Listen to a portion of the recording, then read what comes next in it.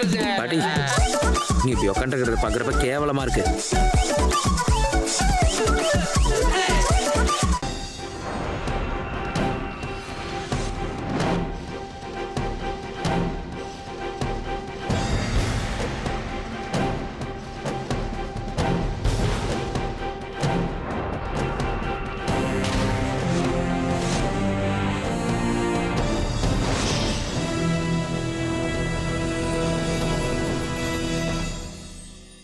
வணக்கம். இன்றைய பார்வை உங்களை வரவேற்றுக் கொள்கிறது. 6 அடி கம்பத்தில் ஏறி வித்தை காட்டினாலும் வித்தைக்காரன் அடிக்கு இறங்கினால் தானே காசு கிட்டும் என ஒரு பழமொழி உண்டு.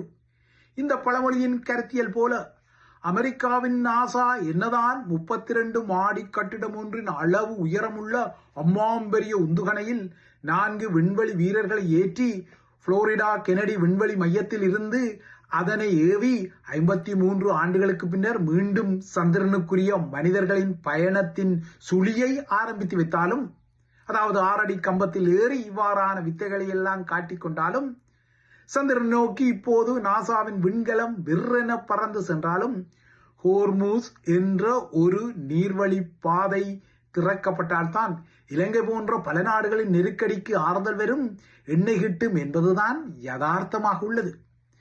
சந்திரனுக்கு பறக்கும் அமெரிக்காவின் நாசாவின் ஆர்த்தமெடிஸ் 2 திட்டம் வெற்றிகரமாக நேற்றிரவு ஆரம்பிக்கப்பட்டு விட்டது.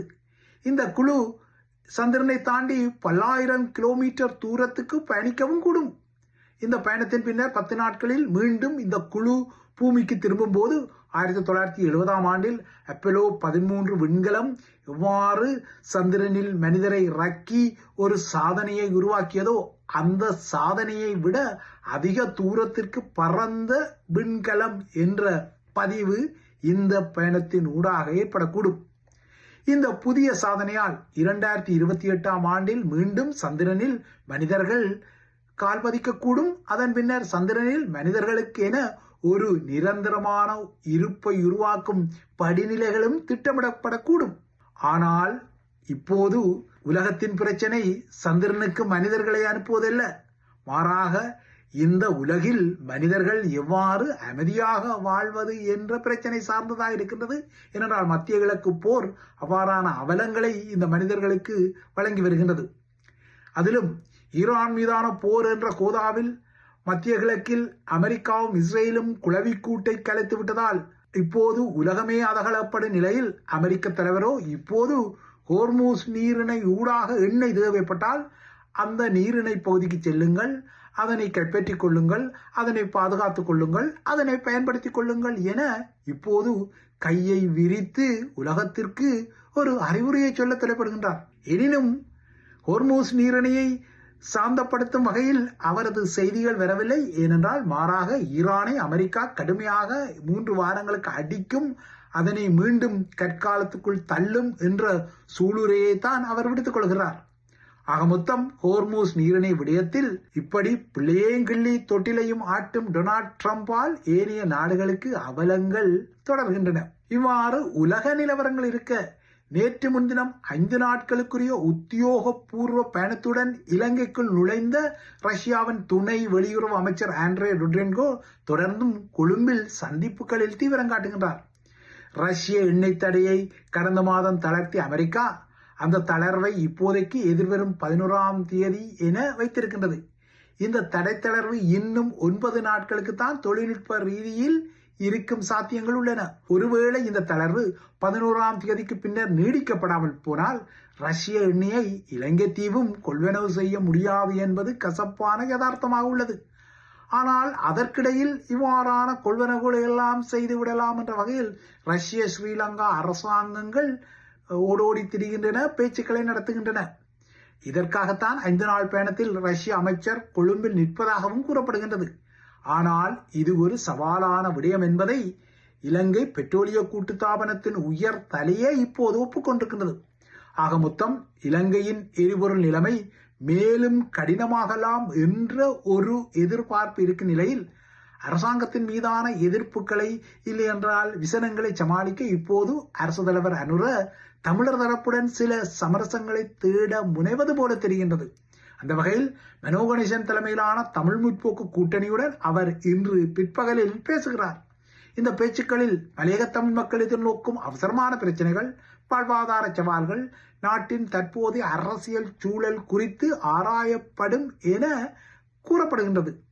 இந்த நிலையில் அரசாங்கம் தன் மீதான எதிர்ப்பை சமாளிக்க மீண்டும் வேறு வகையான இருகோடுகள் தத்துவ பிரயோகங்களையும் செய்ய தலைப்படுகின்றது. அதன் அடிப்படையில் மீண்டும் போதைப்பொருள் கடத்தல் கிங் பின்கள் மற்றும் ஈஸ்டர் தாக்குதல் சதிகள் குறித்த செய்திகள் முன்னரங்குக்கு சுழல விடப்படுகின்றன.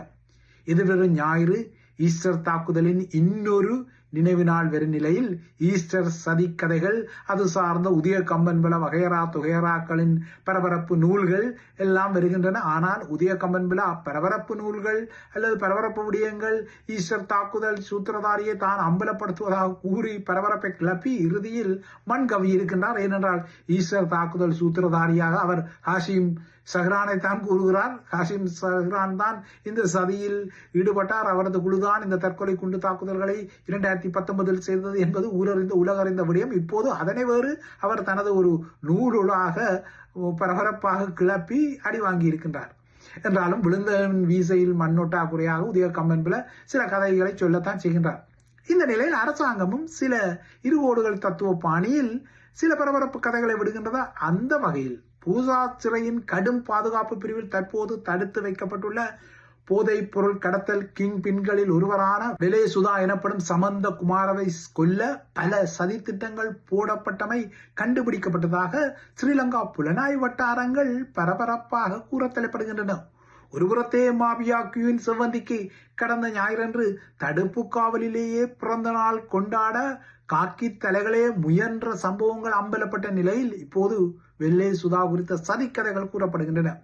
வெளிநாடுகளில் இருந்து செயற்படும் பாதாள உலக கும்பல்கள் வெள்ளை சுதாவை சிறைக்குள்ளேயோ அல்லது வெளியேயோ போட்டு தள்ள சதி திட்டங்களை போட்டதாகவும், இந்த சதி திட்டத்தின் முக்கிய சூத்திரதாரிகளாக முகமது நசீம், முகமது இம்ரான் ஆகிய கஞ்சிபானி இம்ரான் மற்றும் சமிந்த ரவி ஜெயநாத் என்று அழைக்கப்படும் தெமட்டகொட சமிந்த ஆகியோர் இருப்பதாகவும் ஸ்ரீலங்கா புலனாய்வு வட்டாரங்கள் கூறுகின்றன.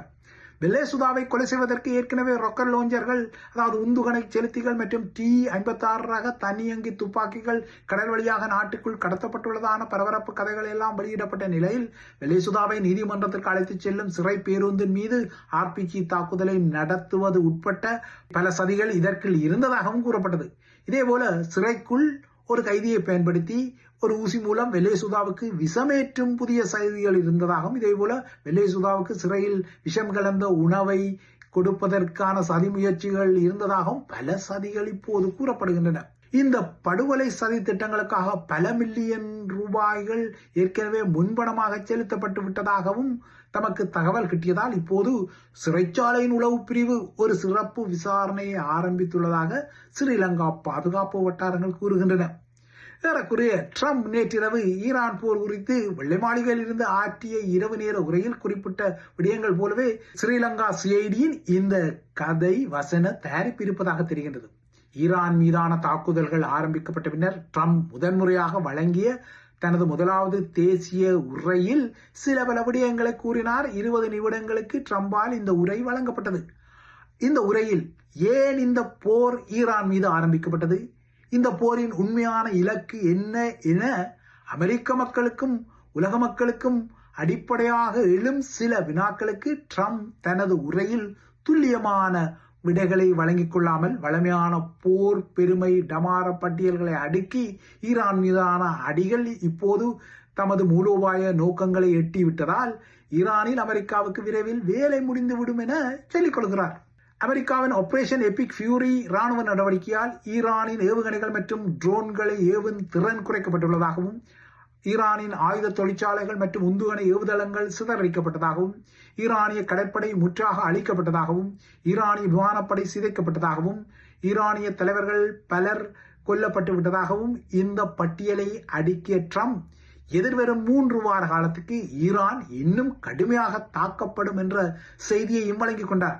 ஆக மொத்தம் ட்ரம்பின் இந்த உரைக்கு பின்னர் உள்ளதையும் கெடுத்தான் நொல்லைக்கண்ணன் என்பது போல ட்ரம்பின் உரை முடிந்தவுடன் ஏற்கனவே உச்சத்தில் இருந்த எண்ணெய் விலை மீண்டும் இன்று அதிகாலை 5% எகிறிக்கொண்டது. அதே போல உலக பங்குச் சந்தைகளும் கவிழ்ந்து கொண்டன. என்ன செய்வது, அரண்மனை 1000 சொல்லும் குடியானவன் என்ன செய்வான் என்பது போல ட்ரம்ப் 1000 சொல்லுவார் மத்திய கிழக்கு போர் குறித்து. ஆனால் இந்த போரின் நெருக்குவாரங்களை எல்லாம் எதிர்கொள்வது சாமானிய மக்களாகத்தான் இருக்கின்றார்கள்.